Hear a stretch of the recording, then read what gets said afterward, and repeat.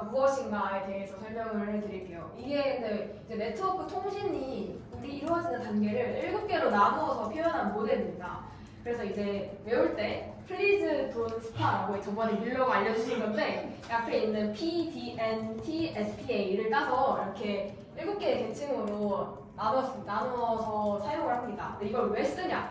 이제 네트워크는 엄청 복잡하잖아요. 그래서 그 단계를 각각 분리를 함으로써 각 단계에서 문제가 생기면 그 레이어만 고칠 수 있기 때문에 이 OSI 7 레이어를 사용을 합니다. 그래서 이 각각의 계층이 고유한 역할을 담당하기 때문에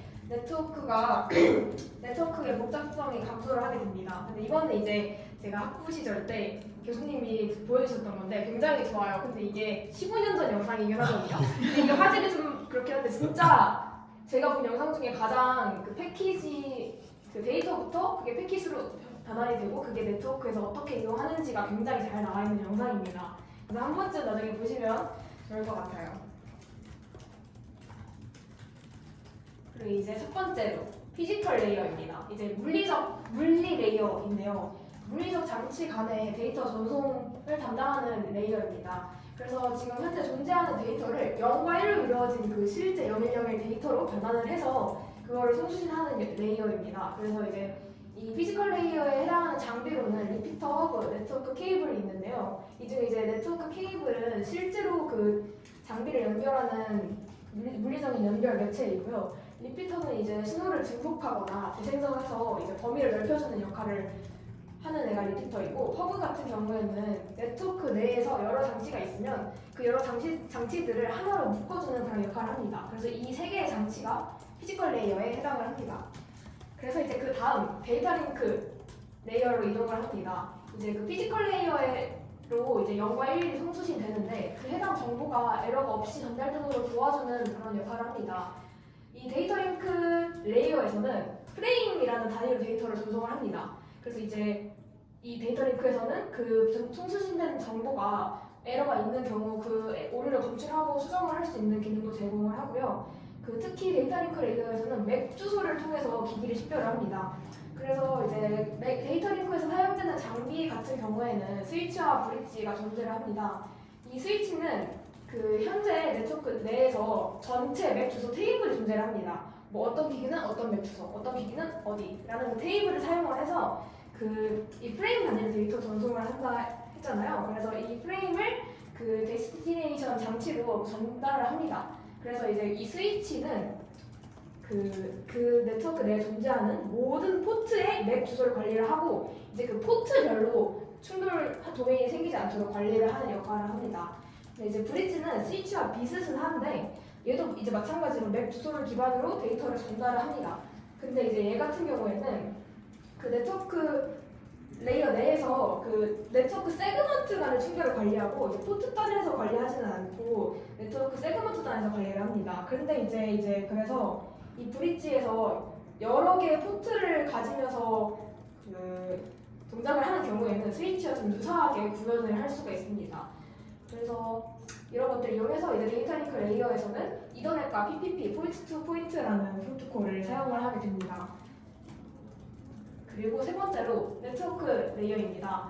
이제 데이터가 목적지까지 안전하고 빠르게 전달될 수 있도록 하는데요. 이제 아까 데이터 링크 레이어에서는 기기의 맥 주소를 통해서 기기를 식별했다면 네트워크 레이어에서는 IP 주소를 이용해서 기기를 식별합니다. 그래서 이제 네트워크 내에서 여러 노드가 있으면 그 사이에 데이터 라우팅을 담당을 하는데 그 IP 주소 그 경로에 따라서 라우터를 통해서 그 경로 지정을 하고 그 경로에 따라서 여기서는 네트워크 레이어에서는 패킷을 전달합니다. 아까 데이터 링크 레이어에서는 프레임을 전달했고 네트워크에서는 패킷을 전달합니다. 그리고 이제 마찬가지로 흔적 제어를 하고 오류 제어를 하기도 하고요. 그래서 이제 라우팅을 하기 때문에 라우터 장비가 사용이 되고 프로토콜 같은 경우에는 IP, ICMP, Address Resolution Protocol 등이 사용이 됩니다. 그리고 이제 네 번째, 트랜스포트 전송 계층입니다. 데이터가 신뢰도 있게 전송될 수 있도록 보장하는 단계입니다.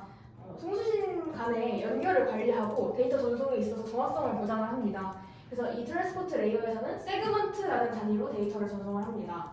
그래서 이제 여기서 말하는 연결 같은 경우에는 이제 TCP 통신에서의 연결을 말합니다. 이 TCP 같은 경우에는 연결 지향적으로 이제 맺은 상태에서 통신을 진행하기 때문에 이 TCP의 연결 제어를 이 트랜스포트 레이어에서 담당합니다. 이제 TCP와 UDP를 잠깐 비교해보자면 TCP는 이제 연결을 지향하기 때문에 이제 신뢰도가 좀 높지만 UDP에 비해서는 속도가 조금 느리죠. 근데 이제 UDP 같은 경우에는 연결을 맺지 않고 하기 때문에 신뢰도는 좀 떨어지지만 실시간성이 굉장히 좋다는 장점이 있습니다. 그래서 이제 잠깐 TCP와 UDP의 차이점을 비교해보기 전에 소켓에 대해서 한번 알아볼 거예요. 이제 소켓이라는 것은 데이터를 주고받기 위해서 존재하는 엔드포인트입니다. 그러니까 이제 클라이언트와 서버가 통신을 할 때 클라이언트는 그 클라이언트의 IP 주소와 포트 번호를 가지고 있고 서버는 서버의 IP 주소와 포트 번호를 가지고 있습니다.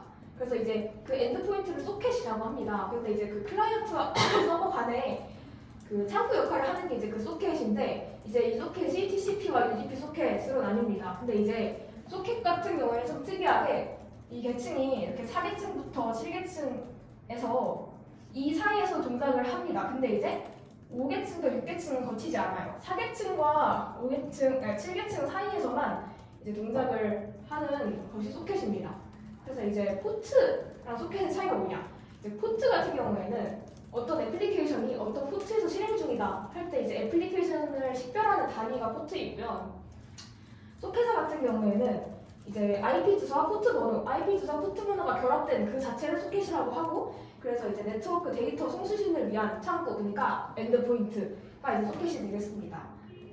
그래서 이제 이걸 바탕으로 TCP와 UDP를 비교해 보면 TCP는 연결을 맺고 그 연결을 안전하게 맺기 위해서 저번에 니나가 발표했었던 그 3-way 핸드쉐이크로 연결을 합니다. 그리고 이제 그렇기 때문에 패킷의 순서가 보장이 되고 패킷의 정확성과 안전성이 보장이 됩니다. 그리고 이제 오류가 발생해서 패킷을 전달받지 못했다거나 하면은 그 해당 사항을 알 수 있기 때문에 재전송을 해서 그 해당 데이터를 복구를 하는 시스템이 갖춰져 있고요. 그래서 이제 정확하게 데이터가 빠짐없이 전송되어야 하는 경우, 파일을 전송하거나 웹 브라우징이 이루어지거나 할 때, 그럴 때 TCP 소켓을 사용을 합니다.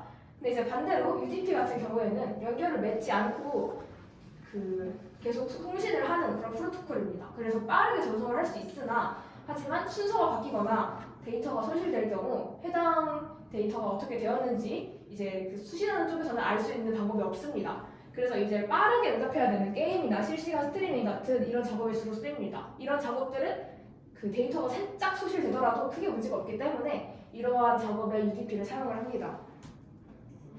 그리고 이제 5번째, 세션 계층입니다.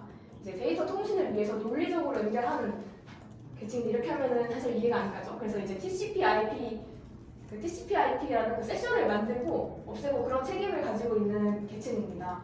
그래서 이제 애플리케이션 간에 세션이 연결되고 뭐 종료되고 유지되고 하는 그런 걸 관리를 하고요. 장시간 통신할 때 그 연결 상태를 유지하는 담당을 하고 이제 또 그 세션이 예기치 못한 오류로 중단되었을 경우 해당 에러를 복구하는 역할도 합니다. 그리고 이제 체크 포인트를 설정을 해서 데이터가 전송이 중단이 되면 해당 부분을 복구하는 그런 역할도 세션 레이어에서 담당을 하고 있습니다. 그리고 6번째, 프레젠테이션 레이어입니다. 여기서는 이제 데이터의 중점을 둬서 데이터 형식과 표현에 대해서 일관성을 가지게 하는 그런 레이어입니다. 시스템 간에서 이제 데이터 형식이나 표현이 다르기 때문에 해당 부분을 맞춰주는 게 프레젠테이션 레이어고요. 이제 암호화나 복화를 통해서 그 이제 데이터의 형식을 맞춥니다. JPEG나 MPEG 같은 그런 압축하고 암호화하는 그러한 그러한 기법들이 쓰이고요. 이제 프로토콜로 SSL과 TLS가 쓰입니다. 그리고 이제 마지막, 사용자와 직접 상호작용하는 애플리케이션 레이어입니다.